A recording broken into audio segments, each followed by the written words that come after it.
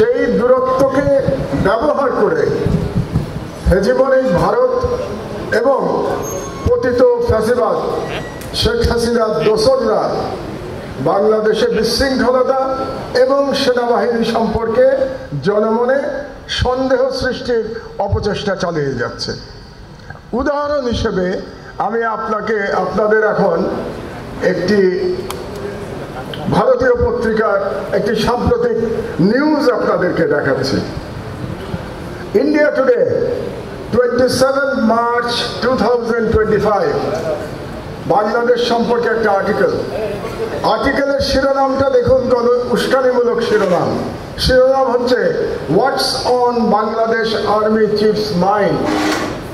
একটি ভারতীয় পত্রিকা ইন্ডিয়া টুডে কিন্তু যেসব পত্রিকা না, ইন্ডিয়া টুডে ভারতীয় যে বর্তমান হিন্দুত্ববাদী সরকার মোদী সরকারের ইংরেজি মাউথপিস হচ্ছে ইন্ডিয়া টুডে। সেই ইন্ডিয়া টুডেতে বাংলাদেশের সেনাবাহিনী প্রধান সম্পর্কে বলা হচ্ছে হোয়াটস on Bangladesh army chiefs mind.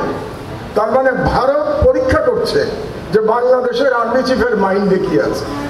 এবং সেই আর্টিকেলে আওয়ামীপন্থী বাংলাদেশে একজন ব্যারিস্টার, আমি মনে করি সে একজন ভারতীয় এজেন্ট, ব্যারিস্টার তানিয়া আমির কি কমেন্ট করেছে দেখেন। The general can firmly back President Shahabuddin Chukku to declare an emergency using Article 141. The President can dismiss the interim government and set up a new team to hold early and inclusive elections. তার মানে সরাসরি তানিয়া আমির বাংলাদেশের সেনা বিদ্রোহের জন্য উস্কানি দিচ্ছে। আমি আশা করেছিলাম এই গত 1 মাসের মধ্যে ব্যারিস্টার তানিয়া আমিরের বিরুদ্ধে রাষ্ট্রদ্রোহের মামলা হবে। দুর্ভাগ্যবশত এখনো আমরা সেরকম মামলা হতে দেখি নাই। আমি মনে করি বাংলাদেশের the most dangerous neighbour and the potential enemy ইন্ডিয়ার একটা পত্রিকায় একজন যখন এই ধরনের সাক্ষাৎকার দেয়, সে আসলে বাংলাদেশের রাষ্ট্রদ্রোহ করছে। আমি যতটুকু আইন জানি, আমার মতে তানিয়া আমির রাষ্ট্রদ্রোহ করেছেন। সুতরাং আমাদেরকে সতর্ক থাকতে হবে। সতর্ক কি থাকতে হবে? জনগণ এবং সেনাবাহিনীর মধ্যে ইস্পাত কঠিন ঐক্য গড়তে হবে। ইস্পাত কঠিন ঐক্য যখন আমরা বলি, তখন দূরত্ব কমাতে হবে, দূরত্ব শূন্যে নিয়ে আসতে হবে। দূরত্ব শূন্যে নিয়ে আসতে হলে আমাদের আজকের যে সাবজেক্ট, সেই সাবজেক্টের দিকে তাকাতে হবে যে রাজনীতির প্রভাবমুক্ত সশস্ত্র বাহিনী।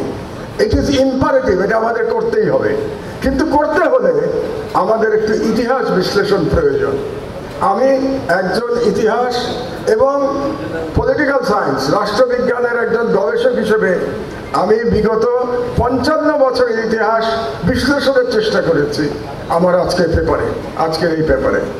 এবং এটা আমি দশকওয়ারি চেষ্টা করেছি, এভরি 10 ইয়ার্স ধরে আমি চেষ্টা করেছি। আমি জানি আমাদের সময় সীমিত, আমি চেষ্টা করব সীমিত সময়ের মধ্যে সংক্ষেপে আমার বক্তব্য তুলে ধরার জন্য। এই ইতিহাস বর্ণনা দরকার এই জন্যে যে ইতিহাস না জানলে আমরা বুঝতে পারবো না যে সংস্কারটা কিসের দরকার। কি সংস্কার করব আমরা? সংস্কার কি শুধু সেনাবাহিনীতে দরকার, নাকি রাষ্ট্র কাঠামোর মধ্যে সংস্কার দরকার? এটা বুঝবার জন্য আমাদের একটি ইতিহাস বিশ্লেষণ প্রয়োজন। আমি একজন গবেষক হিসেবে নির্মোহ